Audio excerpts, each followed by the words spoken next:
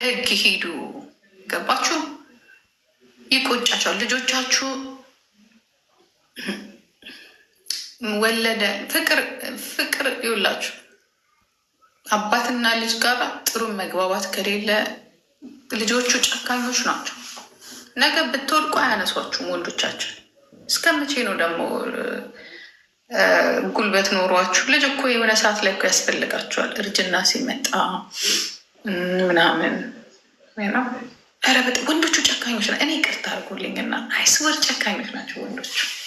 እንደኛ አይደሉም። አንቺ እኔ ለምን እንዲህ በዳዴ አልሄድም? እግዚአብሔር እኔ የሆነ ነገር እንኳን እኔ እግዚአብሔር ከድሮም እንደው ጨምላቃ ነኝ።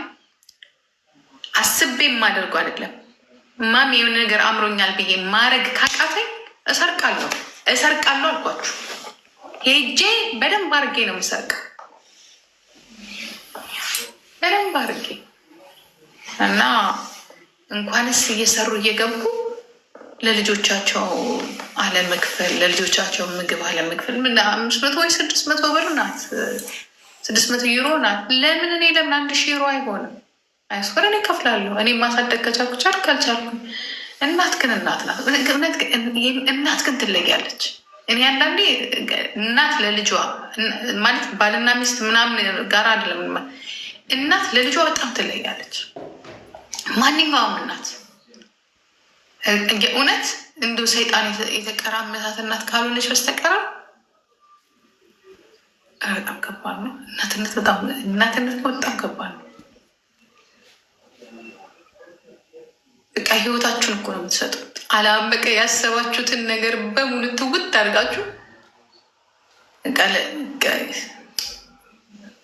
ቃል የለውም። እናትነት ግን አባት ግን ይሁት ብር አይሰጥም። በጣም እኮ ነው የሚያሳፍረው እንደዚህ ነገር ለልጆቹ ምን በቃ ቴኬር ያደረገ በጣም ያሳፍራል። ታዲያ እኔ አሁን ይህን ልጅ ጓደኛ ማድረግ አልፈልግም፣ ማወቅም አልፈልግም ለእኔ። ምክንያቱም ለልጁ ያላረገ ሰውዬ ለእኔ ጓደኛ መሆን አይችልም። እንደዚህ አይነቱን ሰው ባውቀው ምንም አይጠቅመኝም። ምን ይቆይ እስኪ አስቡት። እስኪ አሁን ይቅርታ አድርጎልኝ እስኪ እኔ ልጠይቃቸው አንድ ነገር መልሱልኝ። ልጆቹን ያላበላ ነገ ለኛ የክፉ ቀን ይሆነናል አይሆነንም? ጓደኛ ይሆነናል አይሆነንም? ጎረቤት ይሆነናል አይሆነንም? በቃ የዚህን ያልነው ጭካኔ ገባችሁ? ለማናችንም አይሆን አንቾ መድኃኒዓለም እኔ እንደዚህ ነኝ። እኔ ሰውን በሰው ነው በቃ የምገምተው። ይሆን ነገር ካየን ላለሁ ነገ ለእኔ የማይመላ ነገም ለእኔ አይሆነኝም ነምለ የፈለገ ነገር ቢሆን የፈለገ በቃ ሰው ቤተሰቡን ላይ እንደዚህ ከሆነ ለማንም አይሆንም። ጸብ ይኖራል፣ አዎ ይኖራል። መነዳ መጨቃጨቅ ከባልና ሚስት ፍቅር ይኖራል። ግን ልጅ ነው። ልጅ ለእናቱ ለአባቱ፣ አባት ለልጁ ግዴታ ነው ያ። ስለዚህ እኔ ሰውን የማይወሰው ነው ይህ እናቱን አባቱንም እንትን የማይል ልጁንም እንትን የማይል አባት እና እኔ በጣም ነው ያሳዘነችኝ ማሜ የእውነት እንዲያውም በጣም ስትሮንግ። እኔ በሷን በሆን አብዳለሁ። ደግሞ አንቺ ሆን ብሎ አናት ዜልሻል የዛሌታ ራሱ እዚህ መጥቶ ሆን ብሎ እውነቷን ነው እሷ ደስ ሲላት ምናምን ሄዶ ጥርቁስ ያደርጋታል። ይህ ምቀኛ ወንድ ነው። እንደዚህ አይነት ወንድ ደግሞ ወዳት አለ ይላል። ውሸቱን ነው። እኔ አሁን አላምነው። ብትወጂውን ሰው እኮ ታሰቃየውን በቃ ልቧን ስለሚያውቀው እኮ በዚህ ቆልፎ ቁጭ አድርጓታል።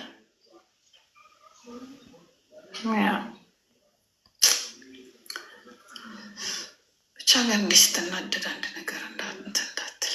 ዛሬማ በቃ ግልጽ አድርጋ ነው ያወራችው። ናርሲሲስት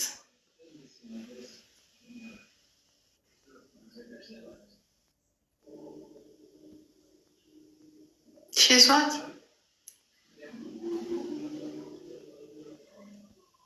ሀዌክ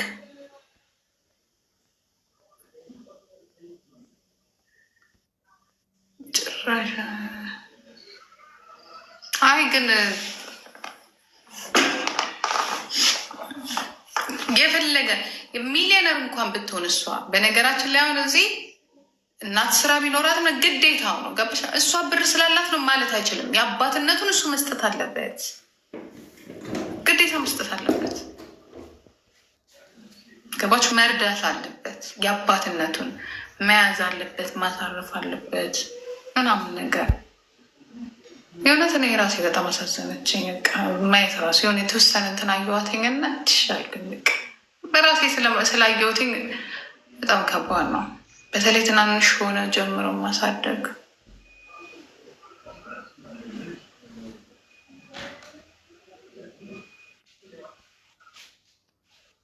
ስለምትወደው እንዴት ነው የምትጨክንበት?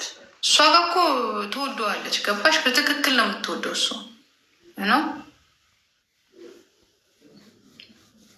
መውደድ እና ግን ኃላፊነት ደግሞ በጣም ይለያያል። ስለወደደች ስላለወደደች ሳይሆን ኃላፊነቱን መውሰድ ማንኛውም ሰው ኃላፊነት አሁን ፓስት 2 ዓመት ሆኗቸዋል በእንደዚህ ነገር ማለት ነው። እዚህ ላይ ስናቃቸው ያው ከነሱ በኋላ እኛ ጨራርሰን ቁጭ ብለናል።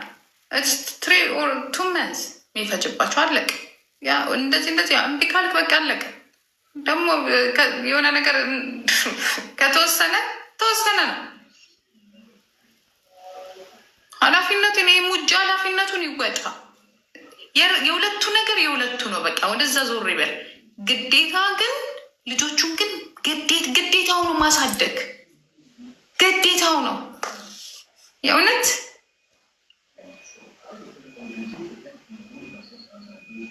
እንዲህ እንደዚህ ስትሆን አንድ ነገር እንዳትሆን እኔ በጣም ነው የምታሳዝነው ጋይስ። ስለሁላችንም እንግዲህ ቀልብ ይስጠን፣ እግዚአብሔር ይስጥልኝ። መልካም ቀን ይሆንላችሁ እና በዚሁ አጋጣሚ ደግሞ ጀስት የእርቅን ሰላምን እንትን የሚል ቪዲዮ ፖስት አድርጌ ያለው አይታችሁታል ጋይስ። አሁን አዲስ ቪዲዮ ፖስት አድርጌ ያለው እና 500ዎቹ ማለት ነው ሪፖስት እንድታደርጉት ፈልጋለሁ።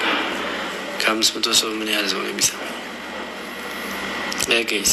እስኪ እየሰማችሁኝ ያላችሁ አንድ ቁጥር ጻፉልኝ።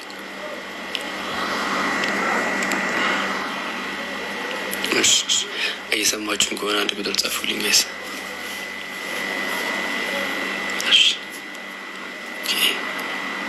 ስለዚህ ሁሉ ሰው እየሰማኝ ነው ማለት ነው። እሺ ጋይስ እየሰማችሁኝ ከሆነ የእኔ ቤተሰቦች ከሆናችሁ ማለት ነው በቃ ጀስት አሁን ፖስት ያደረኩት ቪዲዮ አለ ማለት ነው። ስትወጡ ታገኝቷላችሁ። አንደኛ ላይ ያለውን ቪዲዮ ሪፖስት አድርጋችሁ ሰዎች አሉ። በቃ ሁላችሁም እዚህ ጋ የጻፋችሁት ስንት መሰላችሁ? 44 ነው ሪፖስት ያለው እዚህ ጋ ያያችሁት 44 ነው። ስለዚህ ቢያንስ 200 ሰው ሪፖስት አድርጎት ይመጣል። ኮሜንት ጽፋችሁ ሪፖስት አድርጋችሁ ታማኝ 200 ሰው ነው ፈልገው ከዛ ኮሜንት ጽፋ